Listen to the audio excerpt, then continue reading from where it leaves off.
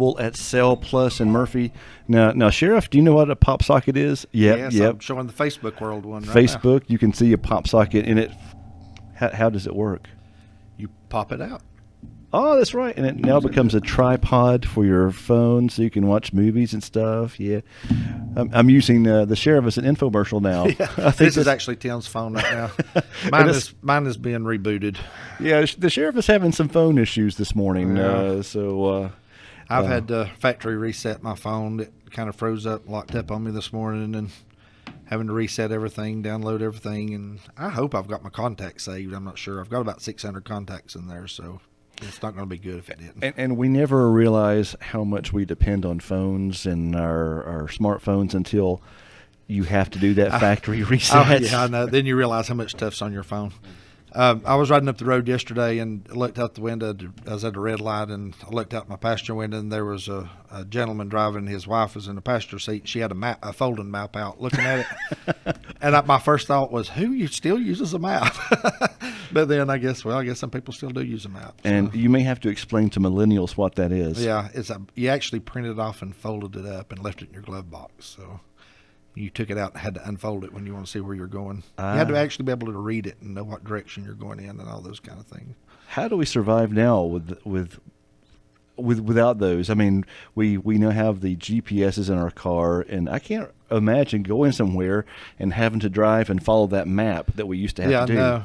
And, in cell phones, like you say, with technology and stuff now, I mean, it's so easy. If you're in a city or somewhere you're not familiar with, you can just put in restaurants near me or whatever and find places to eat and places to go, and it'll take you right to it. And I'm like you, I don't know how we survived. Mm-hmm. We actually had to plan stuff, didn't we? We had to make plans and write down directions on paper and things like that. And technology sure has changed to the point of, I think we were talking about before the show, all your life you've seen situations in the jail. Right. And because of social media, things become front page news. Yeah. Let's go ahead and talk about that. We were just kind of talking about that before the show aired. I've scratched my head all week trying to figure this out. The inmates, when we did a cell search over the weekend, Labor Day weekend, and got some contraband, see some contraband out of there. And they were actually trying to make some homemade weapons so they can assault some of our officers with them. And we found their weapons and got them confiscated. Well, they didn't like it, so they started flushing stuff down the toilet, trying to stop the toilets up, and it wound up causing an issue at the jail, sewer system backing up and causing some overflow there. But the interesting thing about it is like I was sharing with Tim, and what I've been scratching my head about is, in my 20-plus years of working at the sheriff's office, that is nothing unusual. That's happened hundreds of times over the last 20 years and all administrations. And I can remember at the old jail, that's where the courthouse is now, I remember that jail over there, 20 years ago, inmates flooding the jail and water running down the steps and looked like a waterfall was coming off there. And actually, Commissioner Roy Dickey, me and him was talking about that yesterday, of all the things that happened in the old jail. But now with social media, with people blasting things and putting information out there and talking about things going on, all of a sudden now, even though that's happened hundreds of times over the years, now it's front page news, and it just, I don't understand it. But now instead of just wanting to get media attention, people get social media attention. Right, yeah. So I know I got an email from a mother of an inmate there, and she was very thankful that you responded so quickly to her concerns. Right, so, yeah. So I just sent a message to Derek to find out what was going on. He said, let me find out. Yeah, and I was actually on, my wife and I was actually taking a day trip. We were out in nature and hiking and looking at things, taking pictures out in the woods and stuff, and there's that technology again that follows you. I know, right?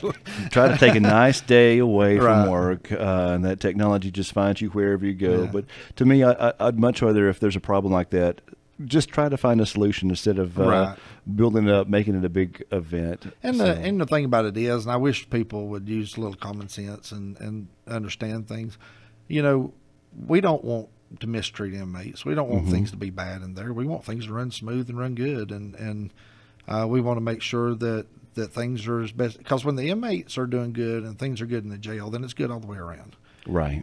But unfortunately, just like with having to do the cell search and having information that people were making weapons and having a plan on assaulting officers, you have to go take care of that. You have to go deal with that, and you have to do cell searches and all those kind of things you have to do, and there's consequences for that. just like there's consequences for my actions, consequences for your actions, there's consequences for the inmates who don't follow the rules, who do those things, and those consequences, do things from privileges being taken away to lockdowns to different kind of things that happen there. And so I wish people would use a little common sense and understand that nobody wants to mistreat an inmate or nobody wants to make life miserable on an inmate, but there are consequences for what you do, and we have to make sure the rules are followed and they're followed through with. And from time to time, inmates become unruly and they do things like flooding the jail. And so it's just part of it. It's just part of the life we live there. I do want to say this too. We talked about my cell phone being messed up today, and I had to do a factory reset and reset everything on my phone, and I did that right before we came in.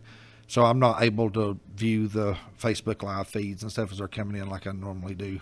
If Tim sees anything important, he may ask me about it. But well, I saw a message pop up on my screen on the left, but I'm waiting for it to pop up on my phone that I'm reading, because it just pops up on the tablet for just a second, and I goes away, and it kind of disappears, and I wait for it to pop up on my cell phone, but I might be on the wrong screen here. But like I say, I'm not able to see that today as it comes in. So, and my phone will probably be down for a while. So if you're trying to call me today and the phone doesn't ring or goes to a busy signal or goes straight to voicemail, I'll be back up running before too long. And if this don't fix it, I may just have to get a new phone come Monday. But we'll see if that fixes it. All right, I can just read the part of it. It says see more, but I click on see more, and it won't let me see more. Yeah. Anyway, okay. But we'll move on. Then. We were going to have the great debate of iPhone versus Android today, but anyway, but. Well, with all of our applications, that's the other thing I was sharing with Tim is I don't mind iPhones. I like iPhones actually, but I use a Droid all the time, and most of the time at the sheriff's office we do use Droids because all of our applications, our CAD system, our notification systems, our messaging systems, and all those kind of things are more Droid compatible. And so our IT guys, they really love it when we go with Droids because they have a whole lot less difficulties getting it to work and operate. But Kevin Creasman loves iPhones and iPads. I think his exact words is iPhones was created by the devil. I think that's what his exact terminology Kevin, is. I hope you're watching today.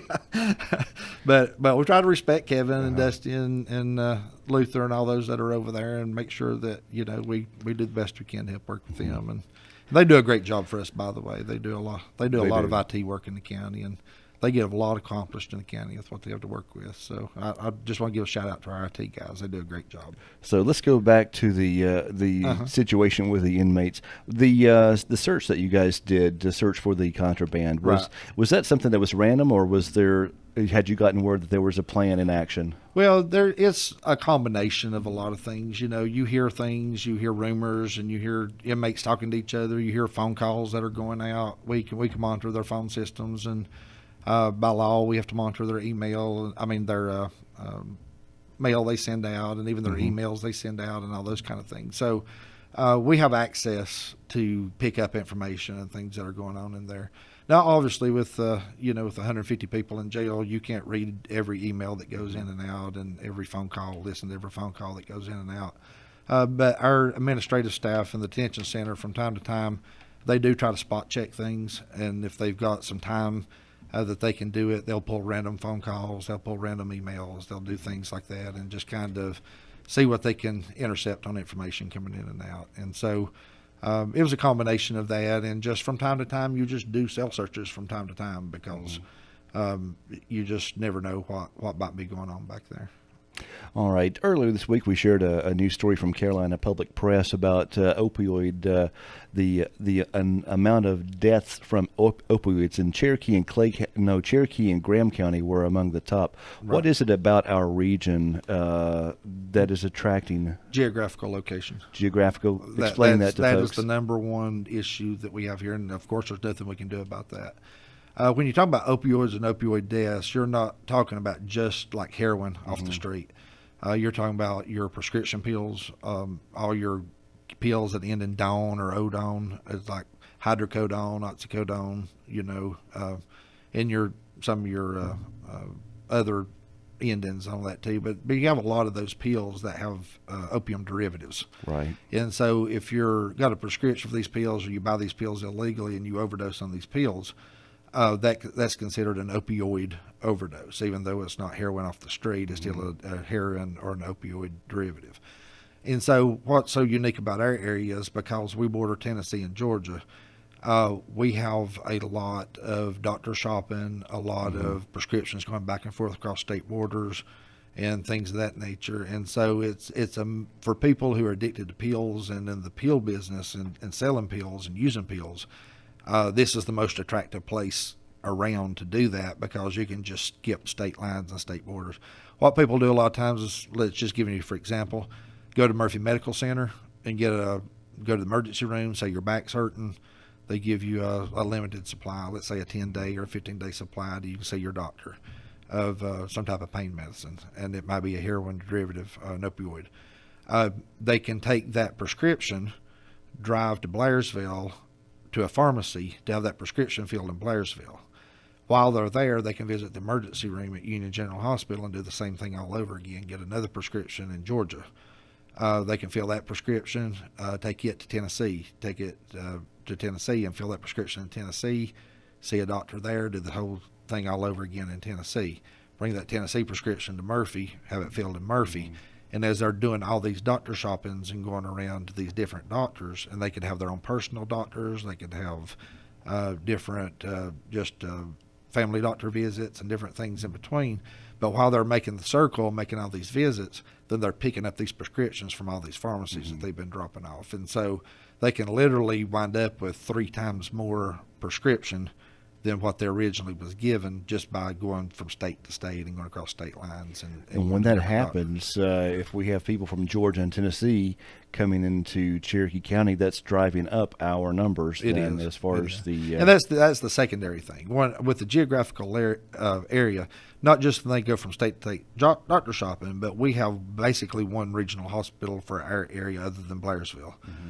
You have our hospital, Murphy Medical Center, services Clay County, services Graham County, and parts of Macon County, and even some folks from Swain County come over here. So, and then you got Copper Hill, their hospital closed down, we have traffic from there coming here. And so if you have people that's coming to the area from different places, and say you live in Graham County, you live in the Topton area, Macon County, you live in these places, and you're going through an overdose episode, your friends, family, loved ones, whoever may drive you down to Andrews where you meet an ambulance and take you to Murphy Medical Center. Well, that's considered an opioid overdose for Cherokee County because it's through Murphy Medical Center and happened in Cherokee County per se. And so all of those things drive numbers up. And a lot of that we can do nothing about. I mean, it's just because of our geographical area, that's where we're going to be. And we can't do a whole lot about that. All right. With technology and advancements in law enforcement and talking about doctor shopping, what things are in place now and what kind of things do you foresee that can prevent that kind of doctor shopping and crossing the state lines? Well, one thing that's happening now that's already kind of in the works and in progress is we have pharmacists and doctors that are having a whole lot more communication than they used to have. And so if you see, say, a pharmacy here in Murphy that's getting a lot of scripts coming from Georgia being filled up here, they may call those doctors in these different places and say, are you familiar, with this person, or they're filling a lot of scripts here. If they see multiple scripts, like from Georgia, Tennessee, and North Carolina in the same pharmacy from the same person, then they may notify the hospitals or these doctors, here's a person you might want to ask some questions about and be on the lookout for. So there's more communication that way. However, the thing I think that we need to prevent this and to stop this, and it'll be costly, it'll take a lot of different agencies, a lot of different people coming together, but we need a national database. We need a database to where if a doctor is seeing a patient, they can put that patient's name in that database and can see where a prescription was issued for that person 45 minutes ago in Murphy. That's where the doctors are missing right now, and it's not the doctor's fault. It's just the fact that they don't have that information. And so if you leave Murphy and you go to Blairsville and you just left Murphy Medical Center and you go to the Union General to the emergency room there, that doctor in that emergency room has no way of knowing that they just left Murphy Medical Center. And so if we had some type of database where those doctors, as they treat patients, could see that person had just been to a doctor somewhere else, even if it's in another state, that would help things tremendously. And I think those things are in the works, and I think there's some preliminary things that are out on that to try to facilitate that. Do but we're not quite there yet. Do we have state databases or just? That's one of the things they're working on right now is the state databases.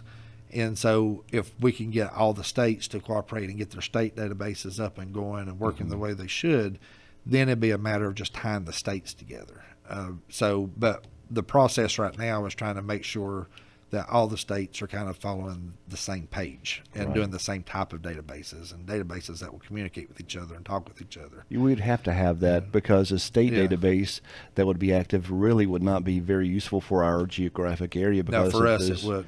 Now, if you were in mid-state, if you were, between Charlotte and Hickory, somewhere mid-state through there, then it would be good to have a state database because those folks are probably not going to travel out of state. They might travel out of county.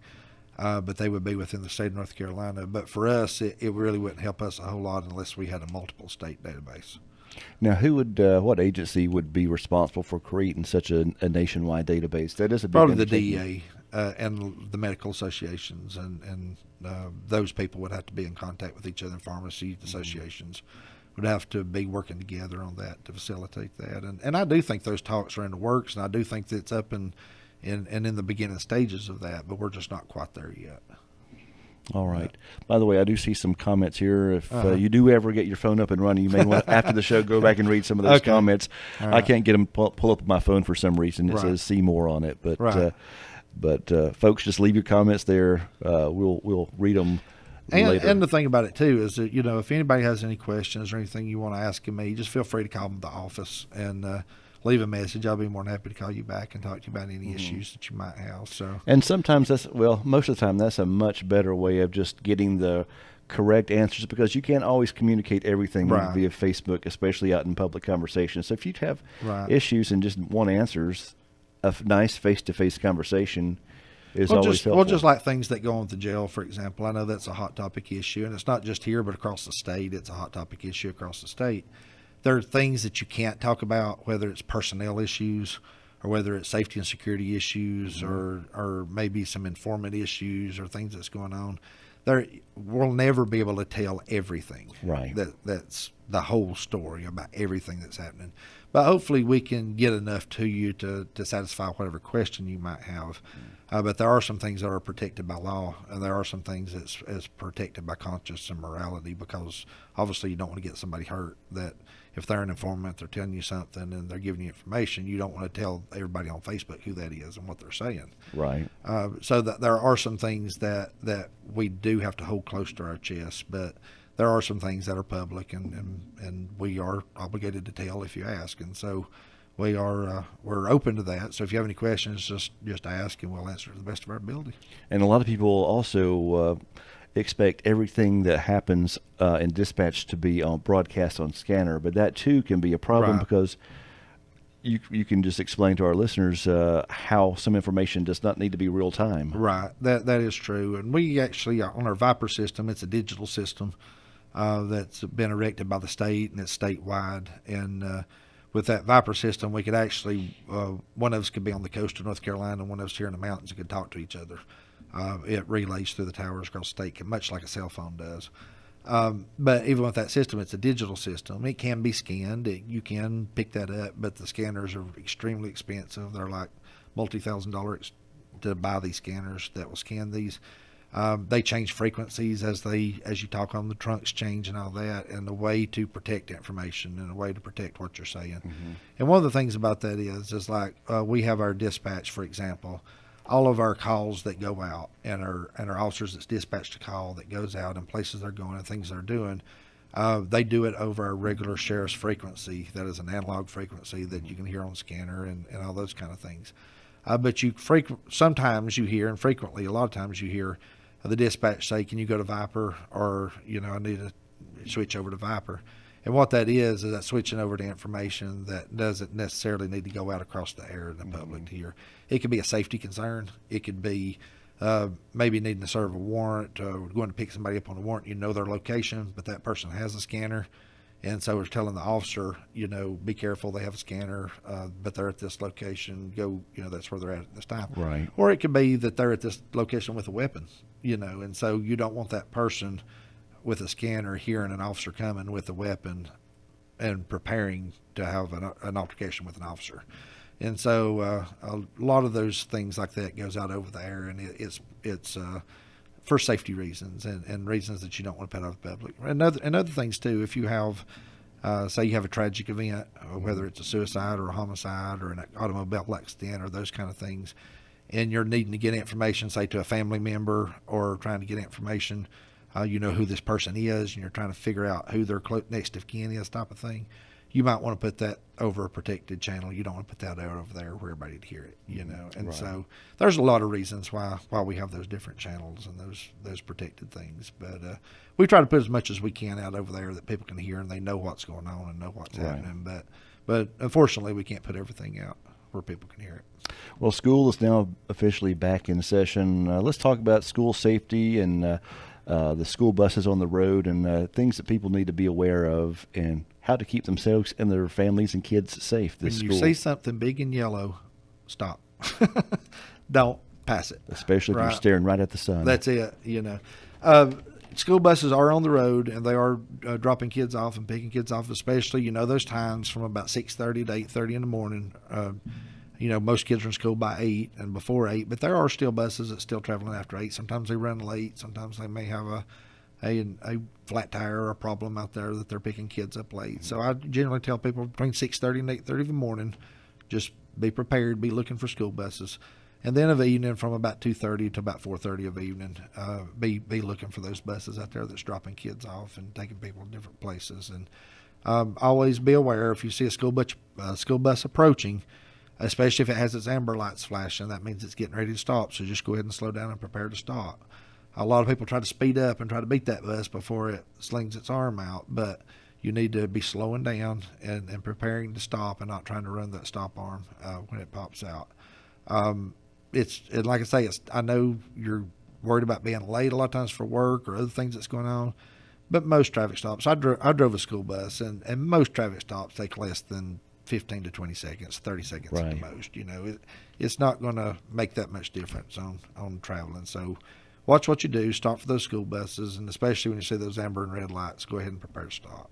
All right. I did see a comment. Let's see if I can fix that, Kim. I was trying to give you the Mickey Mouse ears again. Oh, was she trying to get them? She was missing the ears, wasn't she? There we go. There we have the Mickey Mouse ears now. There we go. Okay, good. Yeah, so we had the camera set up last week, and someone had pointed out nicely that you had Mickey Mouse ears, and I wasn't about to move it, so we fixed it for Kim today. Well, that's good. I'm glad she's happy. All right. Yeah. So what else is going on at the Sheriff's Office that folks need to know about this week? Well, it's just been a normal week for us this week. There's not been a whole lot going on other than the detention issue, but I want to go back and mention that detention issue again one more time before we get off that topic. One of the things that I have done for, I guess, almost probably 8 or 10 months now, back before the primary, it's probably February, somewhere along in there, we started working on updating policy and procedure for the detention center, looking at rewriting some stuff, looking at making some changes there. I was notified by the jail captain today that they believe that's been completed. They're hopefully going to submit that to me sometime today to look at, and then I'll review it over the weekend, run it by our attorneys, and do some updates to our policy and procedure next week, hopefully, if we can get that done that quick. But we're looking at ways of revamping things, of trying to do things better than we have in the past. As you know, it's no secret. There's no need to pretend that it's any different. Things were real good for about 3 years, but over the course of about the last 6 or 8 months, we've had a lot of issues. We've had a lot of things happen in the jail, and a lot of things pop up that we've not had to face the last 3 years. So one of the things that happens when you have those things happen is you have to look back and see what you're doing, see how you can do things better and do things different, or if you've done things the best you can, and sometimes things just happen. There's nothing you can do about it. But we're looking at all those policies and revamping and rewriting what we have to about that. Also, one of the things is a lot of questions been asked about Captain Patterson there at the jail. He is still the jail captain. He is still an operation of the jail. He had actually explored the idea and opportunity of going over to the law enforcement side of going to basic law enforcement training and looking at maybe going over and helping out with patrol officers on that side of the house, and may still do so. But as for now, he's still the jail captain, and the next billet he's not till May anyway of next year. So he's our jail captain and has been and will continue to be. So I just want to make sure that people understand that and know that. Jeremy Bresch had stepped in during that time period and kind of controlled the jail and made the decisions there and done a great job. Jeremy's a lieutenant. And I'm confident in the fact that if Captain Patterson makes that decision and wants to move over, Lieutenant Bresch will be more capable of doing the things that need to be done over there. He was on the show about 2 weeks ago, He was. And I was trying to find the flyer because you guys have the Veterans Appreciation Day coming up, and I thought I'd go ahead and have people mark their calendar, but it may be on Emma's desk about that. But go ahead and tell us about. Well, I don't have that date in front of me either, but it's coming up. It's coming up very soon. I think it's in October, if I'm not mistaken. That may be why it's not in my book here. But in October, we'll have the Veterans Appreciation Day coming up, and we'll get you an exact date on that. But last year, we had a great disappointment last year because we were going to have the parachute team come in and was going to parachute in to kick the thing off. And as they were coming down from Virginia to do that, they had some difficulties with their aircraft and had to turn around and go back and didn't make it. But they promised that they'll do their best to make it this year, so we're planning on them coming this year. I heard that you were going to do that this year, jump out of the plane. People, I want you to listen to this. Tim Radford has tried for at years. Least 2 years to get me to jump out of an airplane, and I just I'm not feeling it. I'm a pilot. I have a license, and it's a rotor wing license. But I've always had the opinion if the aircraft is good and there's nothing wrong with it, why jump out of it? Right? See, if you do this, I promise, free of charge, to fly the drone up there and follow you all the way down. Yeah. No charge. Well, live. I don't feel it. I don't think it's going to happen. All right. Well, we have the information. We got the flyer here. Emma brought the flyer in. It's October 6th. I thought it was there at the 1st of October. It's October 6th, 2018. So less than a month away now. At 10 a.m. The Special Forces parachute team is planning on coming and will jump at 12 noon. That's the time they're planning on being there. And like I say, we expected them last year. They had some airplane troubles, had to turn around and go back. And they even had parachutes and do it for a living, and they didn't jump out, right? They took the airplane back. So, but anyway, they're planning on being there at 12 noon on October 6th.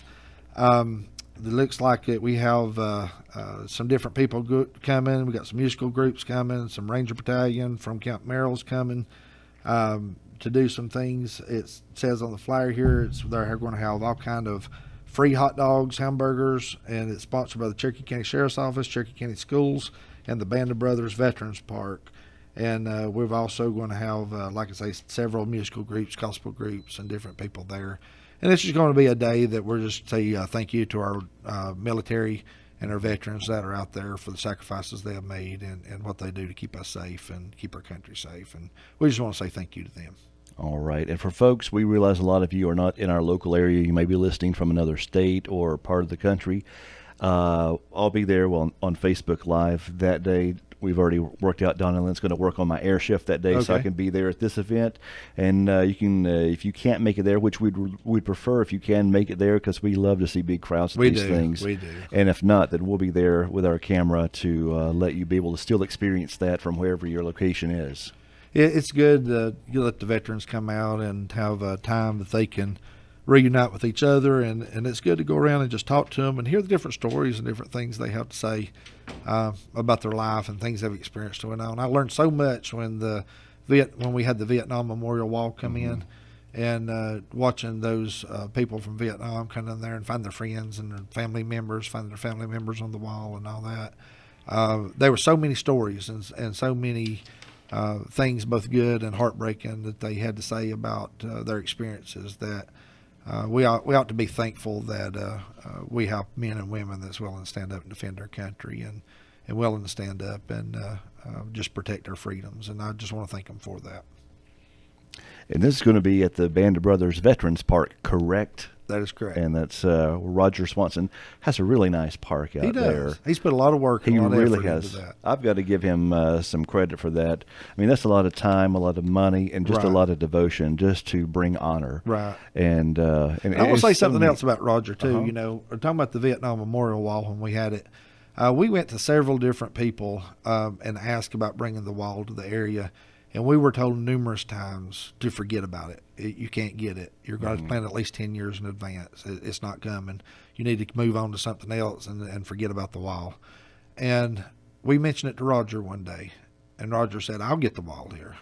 And he did. And, very good. And Roger, he put forth the effort and he put forth the contacts and the things needed to get the wall here. And I just want to say thank you to Roger. He's a veteran himself, and Roger's put a lot of effort into that park and into the veterans of Cherokee County and into trying to help them the best he can. And so I just want to tell Roger and Pat how much I appreciate them for the hard work they've put in to everything. It was great last year going around and just being able to see all that and be a part of that service last year. And Roger and Pat, we do appreciate you.